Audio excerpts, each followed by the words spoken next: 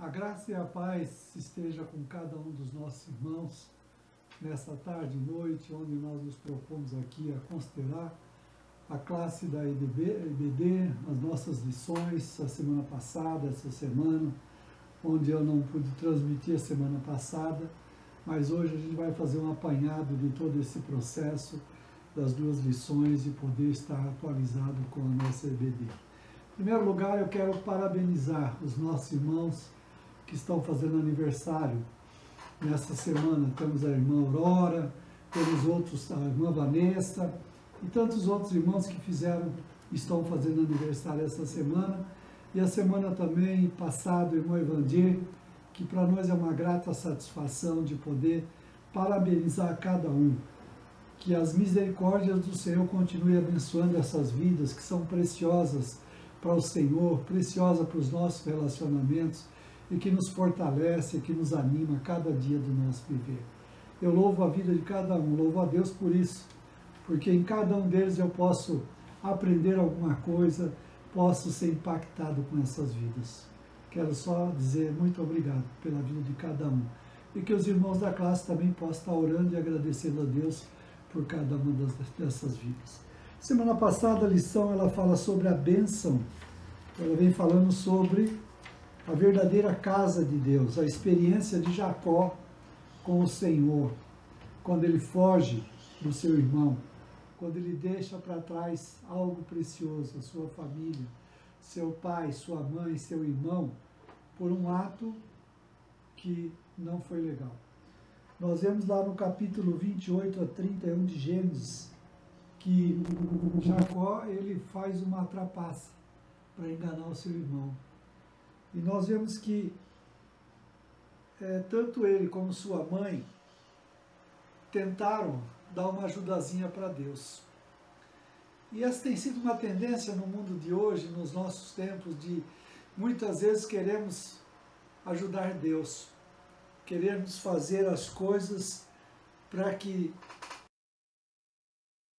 Ele tem. Mas nós vemos que, também, do outro lado, Esaú não valorizou aquilo que era de grande valor na sua vida, como primogênito, como aquele que tinha direito à primogenitura. A Bíblia diz lá no Salmo 139 que o Senhor tem a nossa história traçada desde a nossa concepção. E ele diz ali que o menor serviria o maior. Então nós vemos que era a propósito de Deus todo esse processo. Mas não precisava nem Jacó nem sua mãe dar uma mãozinha para Deus. Deus não muda as suas promessas, elas são irrevogáveis. Ainda que quando não lhe somos de fato fiéis. Se Deus tem uma promessa para a tua vida, para a minha vida, ela não será mudada. Jacó havia recebido a promessa de Deus feita a Rebeca, e o mais velho servirá ao mais novo, conforme o capítulo 25, verso 33 de Gênesis. Ele não precisava usar de expedientes escusos para prosperar. Deus se encarregaria de fazer cumprir a promessa.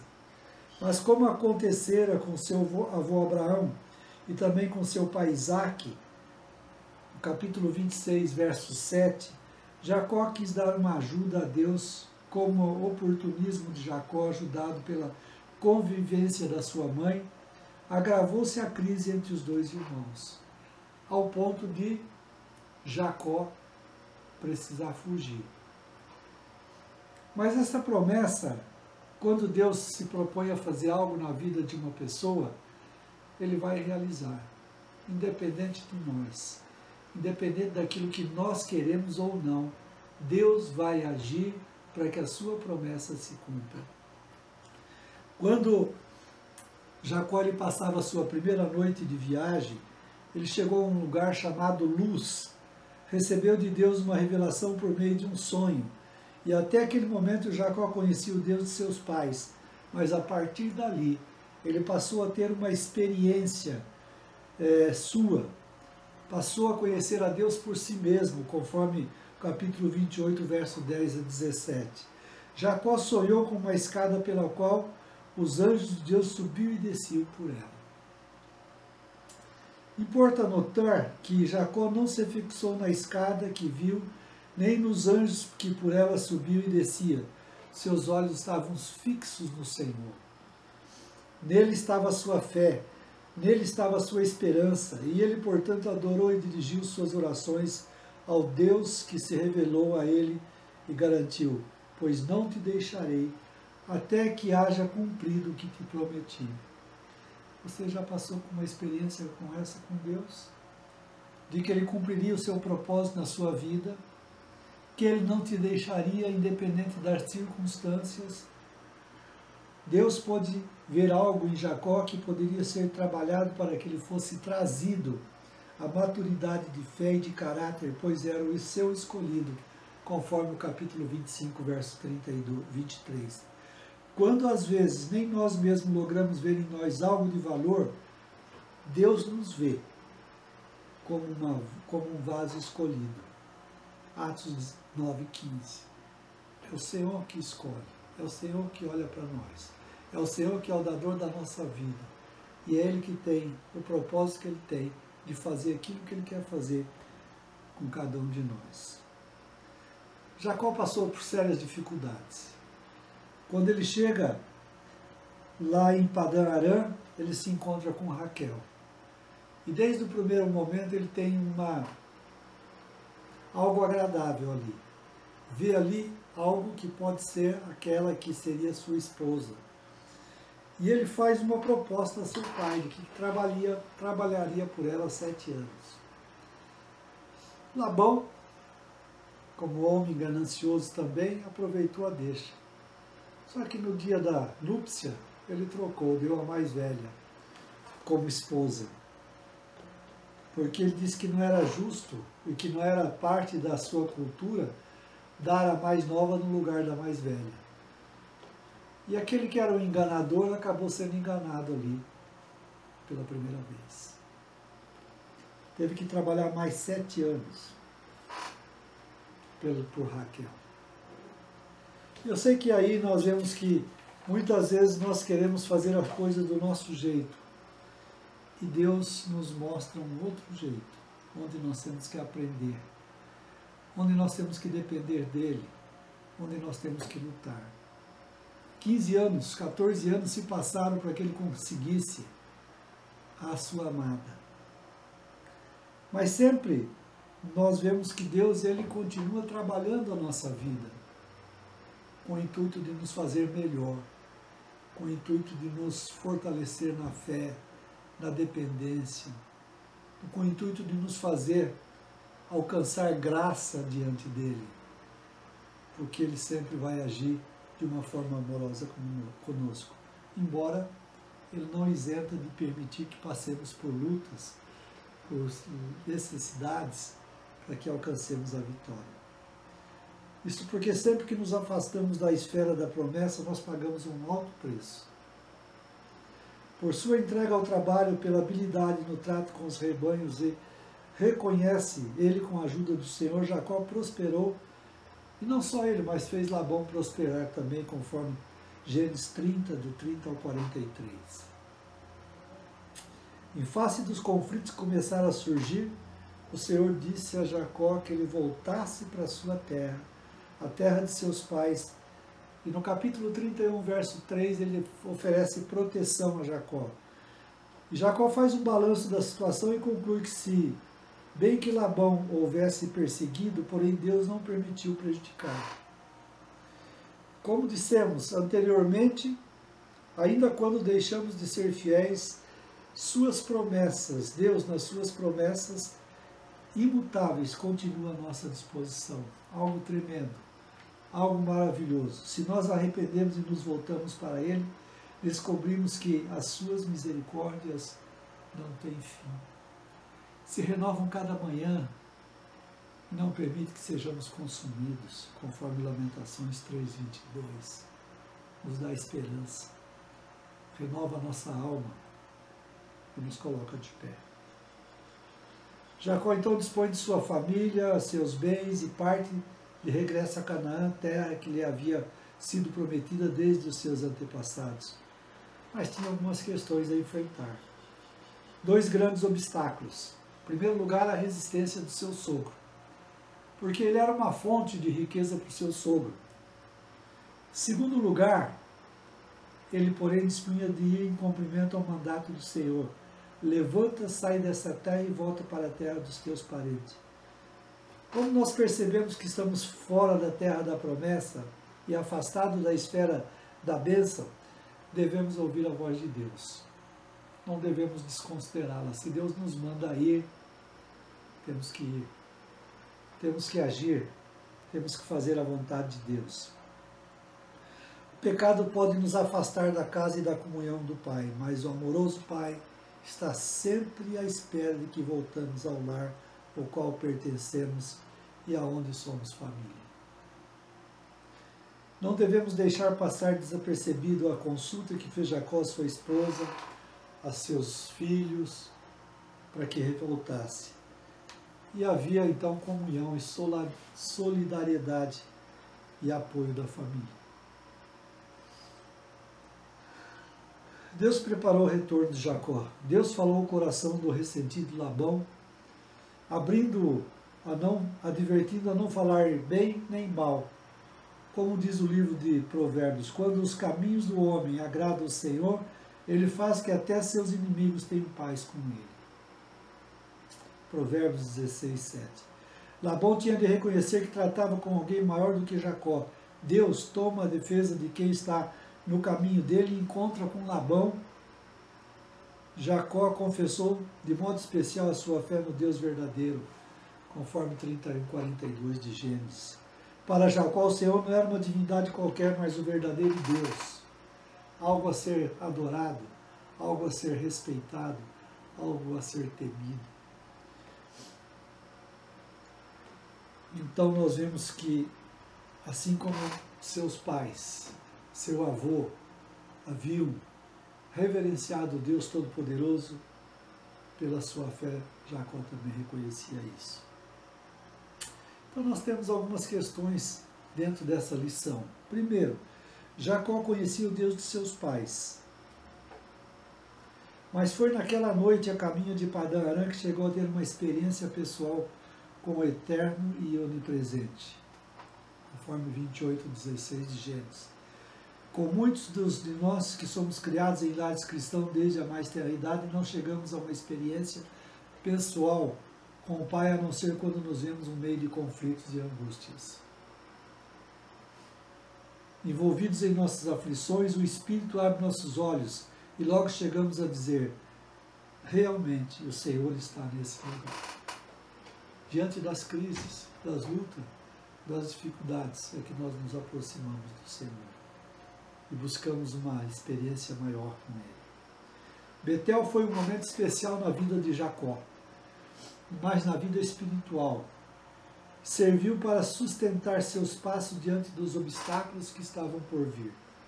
Momentos assim com Deus devem ser buscados por nós, seus servos, constantemente, mas tão importante quanto tais momentos serão os resultados dele em nossa vivência diária, de como aplicamos, de como vivenciamos, de como agimos, e muitas vezes nós olhamos para trás.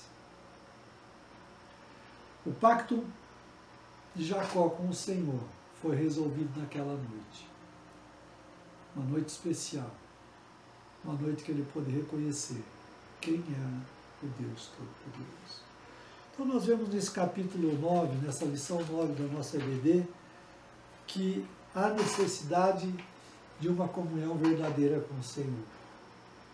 Há necessidade de nós estarmos na casa de Deus. Há necessidade de nós estarmos empenhados em fazer a sua vontade, cada dia do nosso viver. E aí a lição dessa semana, ela fala sobre a bênção da reconciliação. Baseado nos capítulos 32 até o 36, traça ali o caminho de volta de Jacó. Traça ali o reencontro com seu irmão.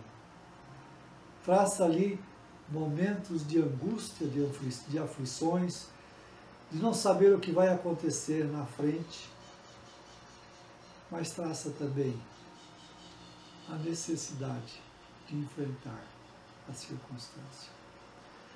Jacó precisou entender que não era a sua astúcia que o faria prosperar. Também tampouco a sua riqueza que lhe daria paz com os seus adversários. 20 anos se passaram, desde que os dois irmãos se viram pela última vez, conforme 31, 38 de Gênesis. 30 anos se passaram. Jacó não viu a morte de seus pais e perdeu o privilégio de estar junto com seu irmão e seus pais durante 20 anos. E Jacó sabia da ameaça que o reencontro representava. Como será que Esaú vai me receber? Então, mais uma vez, Jacó tenta trapacear, né? Vou enviar uns presentes para ele, vou enviar alguma coisa para mexer com seus sentimentos, como se isso resolvesse a situação. Mas o mesmo Deus que escolhera Jacó para herdar a bênção de Abraão iniciara há 20 anos o processo de transformação do seu caráter. Quando Jacó foge, ele começa a ser transformado pelo Senhor. Com preparação imediata, o Senhor tinha feito aparecer a Jacó anjos do céu ali na escada. Com grande número, ele exclamou: este é o exército de Deus. O poder dele estava sobre ele ao redor, naquela viagem, posto que ele fazia a direção de Deus mesmo. Ele se confrontou naquilo que Deus havia colocado diante dele. Embora Jacó ainda tentaria uso de presente com astúcia a Esaú, pode ser que, por outro lado, ele pensava em agradar o seu irmão, quando a gente vai em algum lugar e leva o presente para alguém. Mas, no fundo, acho que ele estava preocupado em abrandar aquele coração doído lá do passado, para que se restaurasse. Mas queremos chamar a atenção nesse ponto para a oração de Jacó, naquele momento de ansiedade. Henry, comentário exegético devocional do Pentateuco, ele destaca alguns aspectos dessa oração. Primeiro, a justificativa de Jacó. Me disse Deus, volta para a tua terra. Essa era a justificativa dele. Segundo, ele diz, a sua humildade. Eu não sou digno, Senhor. Ele reconhecia isso na sua vida agora. Não um Jacó orgulhoso, mas humilde, né?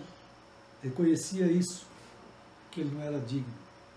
Terceiro, seu reconhecimento da bondade de Deus, com o meu cajado em 2 grupos.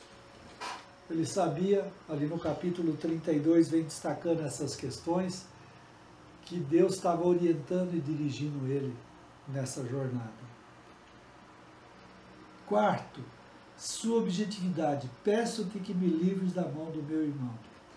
Ele tinha algo específico na sua oração. Senhor, eu não quero guerra, eu não quero briga, mas também não quero perecer na mão do meu irmão. Me ajuda. Quinto, sua admissão da fragilidade, pois tenho medo dele. Será que nós estamos conscientes de todas essas questões quando nós oramos diante do Senhor? Da nossa justificativa, da nossa humildade, do reconhecimento da bondade de Deus, da objetividade, da nossa fragilidade. Quantas vezes nós não temos medo de alguma circunstância que nos afeta? E na confiança na promessa de Deus. Gênesis 32, 12 diz, pois tu mesmo disseste, certamente te farei bem. Será que nós cremos na promessa do Senhor? De que Ele, quando nós nos colocamos diante da sua mão potente, quando nós nos colocamos diante do teu altar, quando nós estamos mediante do Senhor em nome de Jesus, reconhecendo Ele como Senhor das nossas vidas, será que nós temos essa mesma confiança na promessa de Deus que Ele estaria conosco todos os dias até a consumação dos séculos? Ou temos dúvida?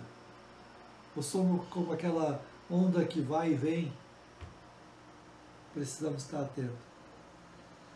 Podemos acrescentar ao texto de Henry a perseverança na oração observada no episódio do Vale do Jaboque, no capítulo 32, 24 a 26. A luta que houve naquela noite foi luta de oração em que havia um combate intenso entre Jacó e Deus. Oséias identifica nesse homem o anjo do Senhor, ou seja, uma teofania. Jacó reconheceu que era assim, pois chamou o lugar de Peniel, Deus face a face. Era a luta da entrega, da dependência. Sabia que não podia vencer o anjo, mas ele queria a bênção do Senhor. Quantas vezes nós precisamos estar debaixo da direção de Deus para que Ele possa renovar as nossas vidas, para que Ele possa nos dar poder para vencer todas as nossas lutas. A experiência de Jacó e de muitos outros líderes e heróis da Bíblia nos mostram que Deus não espera que nos corrijamos para si escolhermos para seus propósitos, mas Ele, Deus, nos elege como somos, por sua graça e misericórdia, para começar um novo processo na vida de cada um de nós. Um processo de transformação, que nos fará adequados aos seus objetivos em nossa vida. Somente nos corresponde permitir sua ação em nós e aceitar sua disciplina. Jacó não mudou do dia para a noite. 20 anos se passaram. Ele ainda vinha com uma ideia de suborno na sua cabeça. Deus manda ele morar em Betel. Ele não vai e colhe as consequências. Então nós vemos que nós temos que estar sempre dispostos a nos amoldarmos à vontade do Senhor. A luta de Jacó com o Senhor no Vale do Jaboque deve ajudar-nos a entender que Satanás nos envia tentações para desviar-nos do propósito de Deus. Mas Deus nos dá provações para testar-nos a fé e fazer de nós, dia a dia, instrumentos úteis para a realização de seus propósitos para conosco e para o mundo. Aprendamos a suportar nossas provações, certos de que aquele que nos prova conhece até onde pode provar-nos com sucesso. Tiago, no capítulo 2, verso de 1 a 4, diz que ninguém é tentado além daquilo que ele pode aguentar. Se bem que houvesse experimentado tempos de íntima comunhão com o Senhor, Jacó consentiu que ídolos estivessem no meio da sua bagagem. Muitas vezes sofremos revés em nossa vida por permitirmos ídolos misturados à nossa linguagem ou à nossa bagagem, quer como indivíduos, quer como comunidade, igreja. Como Jacó, se queremos experimentar a verdadeira comunhão com o Pai em Betel, precisamos lançar fora tudo aquilo, todo e qualquer ídolo da nossa vida. Pois quando assim nós fizermos, seremos sempre bem-sucedidos. Que a graça e a paz do nosso Senhor Jesus Cristo seja com cada um. Que possamos continuar sendo guardados pelo Senhor nesse tempo de pandemia. Nesse tempo não sabemos o que vai acontecer amanhã. Segundo declarado hoje, parece que nossa cidade volta ao vermelho a partir de sábado. Não sabemos o que há de real, o que é irreal nessa circunstância toda. Não sabemos se é realmente uma questão de saúde ou uma questão política.